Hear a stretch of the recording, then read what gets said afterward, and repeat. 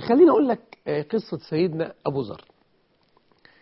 لما دخل عليه واحد من الصحابة فبص كده لقى بيته فاضي ما فيهوش أي حاجة، ولا لقى عنده مثلا 7-8 تلفزيونات ولا 13 رسيفر، ولا عنده مش عارف كام انتريه ولا كام صالون ولا كام سفرة ولا كام مش عارف ايه. مش لاقي عنده حاجة خالص، ولا كرسي ولا سرير ولا اي حاجة خالص، مش لاقي حاجة.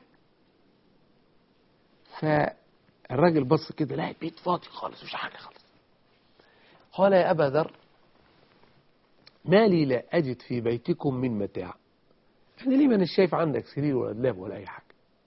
قال يا هذا لنا بيت هناك نرسل إليه صالح متاعنا، احنا لنا عندنا بيت هناك في حتة تانية، احنا بنجهز المتاع، نعمل السرير الحلو ونبعته، والانتريه الكويس ونبعته، والسفرة الكويسة ونبعتها، ومظبطين نفسنا آخر تمام.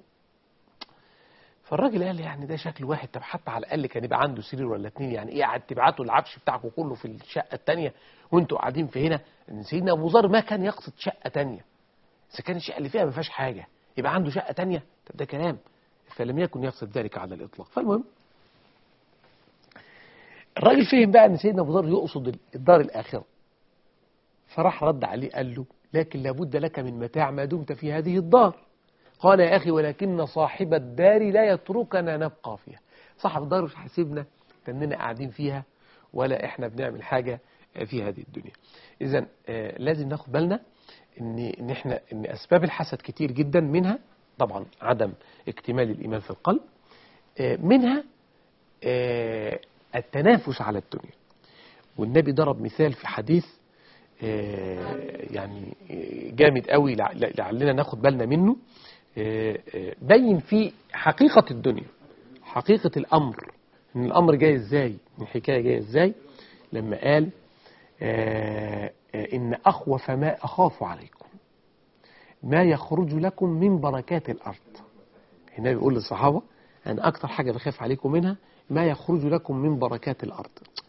ففي واحد من القاعدين الموضوع التبس عليه، قال إزاي اللي يخرج من الأرض يبقى بركات، حاجة بركة وحلوة، وإزاي أنت خايف علينا منها؟ إزاي هي بركة وإزاي أنت خايف علينا منها؟ فقام رجل فقال يا رسول الله أو يأتي الشر بالخير؟ هو الشر ممكن يجي في صورة خير وبتاعه كده؟ بيقول فصمت رسول الله صلى الله عليه وسلم حتى ظننا أنه سينزل عليه، افتكرنا بقى أن الوحي ينزل عليه ويحصل الكلام ده كله.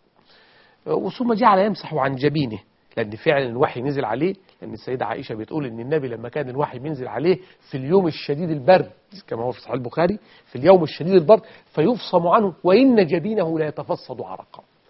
المهم فقال أين السائل؟ قال أنا يا رسول الله. قال لا يأتي الخير إلا بالخير، وإن هذا المال خضرة الحلوة، وإن كل ما أنبت الربيع يقتل حبطا أو يلم إلا آكلة الخضر، فإنها إذا امتدت خصرتها استقبلت الشمس فاجترت وثلطت وبالت ثم عادت فأكلت، وإن هذا المال خضرة حلوة، فمن أخذه من حقه وأنفقه في حقه فنعم المعونة هو، ومن أخذه من غير حقه كان كالذي يأكل ولا يشبع.